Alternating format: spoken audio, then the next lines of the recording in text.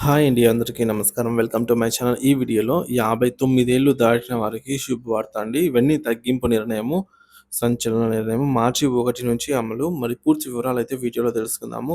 వీడియోని ఎక్కడే గాని స్కిప్ చేయకుండా చివరి దాకా చూడండి. అప్పుడే ఇన్ఫర్మేషన్ పూర్తిగా అర్థమవుతుంది. వీడియో చూస్తున్న ప్రతి ఒక్కరు వీడియోకి లైక్ చేయండి ఫ్రెండ్స్. ఈ వీడియోని తోటి పెంచిన మిత్రులతో అయితే షేర్ చేయండి.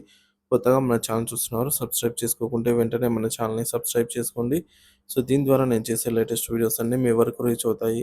ఇక ఆలస్యం చేయకుండా వివరాల్లోకైతే వెళ్ళిపోదాము. సో, ఫ్రెండ్స్ ఇక విషయానికొచ్చినట్లయితే మీకు 60 ఏళ్ళు ఉంటాయా? దాటి ఉంటాయా? సో, మీ జేబులో ATM card, pan card, Aadhaar card ఉన్నాయా? అయితే మీకోసం ఒక ముఖ్యమైన విషయం అండి. చాలామంది సీనియర్ సిటిజన్ కార్డ్ గురించి పెద్దగా పట్టించుకోరు. కానీ ఇది మీ జీవితాన్ని సులభతరం చేసే ఒక గొప్ప అవకాశం. సీనియర్ సిటిజన్ కార్డు ఉంటే బోలెడన్ని లాభాలు పొందవచ్చు. అందుకే 60 ఏళ్ళు నిండిన ప్రతి ఒక్కరు కూడా ఈ కార్డును తీసుకోవాలని అయితే చెప్తున్నారు.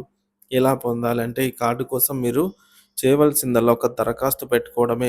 ఆంధ్రప్రదేశ్ మరియు తెలంగాణలో ఈ కార్డును ఉచితంగా పొందవచ్చు. సీనియర్ సిటిజన్ కార్డుతో ఉపయోగాలు ఏంటంటే దేశవ్యాప్తంగా సేవలను నిరాటంకంగా పొందవచ్చు. ప్రభుత్వ సంక్షేమ పథకాలను సులభంగా పొందవచ్చు. వయసు ధృవీకరణకు ఆధార్ లేదా ఇతర గుర్తింపు పత్రాలను చూపించాల్సిన అవసరం అయితే ఏముండదు. సో, 2006లో కేంద్ర సామాజిక న్యాయ మంత్రిత్వ శాఖ ఈ మేరకు ఉత్తర్వులు జారీ చేసింది. అప్పటి నుంచి ఇది అమల్లో ఉంది. ముఖ్యంగా ఈ కార్డు అనాథ వృద్ధాశ్రమాల్లో సేవలు పొందేందుకు కూడా ఉపయోగపడుతుంది. కన్న బిడ్డలు నిరాధారణకు గురైన వృద్ధులకు ఇది ఒక గొప్ప ఆధారంగా అయితే ఉంటుంది. ఇక రవాణా సౌకర్యాల విషయానికి వచ్చినట్లయితే ఆర్టీసీ బస్సుల్లో అండి 25% టికెట్ రాయితీ లభిస్తుంది. అంతేకాకుండా వృద్ధుల కోసం ప్రత్యేకంగా 2 సీట్లను కూడా రిజర్వ్ చేసి పెడతారు. సో, రైళ్లల్లో చూసుకున్నట్లయితే గూడా అక్కడ గూడా లోయర్ బెర్తులైతే ప్రయారిటీ ఇస్తారనమాట వృద్ధులకు. ప్రత్యేక టికెట్ కౌంటరు మరియు వీల్‌చైర్ సదుపాయం కూడా ఉంటుంది. 60 ఏళ్లు పైబడిన వృద్ధులకు, 45 ఏళ్లు పైబడి ఉన్నటువంటి ఒంటరి మహిళలు కూడా గర్భిణీలు, స్త్రీలు వీళ్ళకి లోయర్ బెర్త్‌లో అయితే రిజర్వేషన్‌లో ప్రాధాన్యత ఉంటుందనమాట. అంటే ముందు వారికి ఇచ్చిన తర్వాత వేరే వారికి ఇస్తారనమాట. ప్రతి స్లీపర్ కోచ్‌లో గూడా 6 బెర్తులు, థర్డ్ ఏసీలో 4 బెర్తులు, సెకండ్ ఏసీలో 3 బెర్తులు వీరికి కేటాయిస్తారు. ఇంకా మరి కార్డు పొందడానికి ఎవరు అర్హులంటే 60 ఏళ్లు దాటిన పురుషులు, 58 ఏళ్లు దాటినటువంటి మహిళలు ఈ కార్డుకు అర్హులు.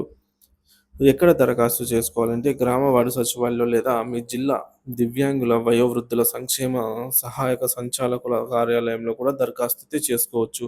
జిల్లా కార్యాలయంలో దరఖాస్తు చేసుకుంటే అదే రోజు కార్డు కూడా ఇస్తారు. గ్రామాల్లో అయితే వారం రోజుల్లో కార్డు అయితే వస్తుంది.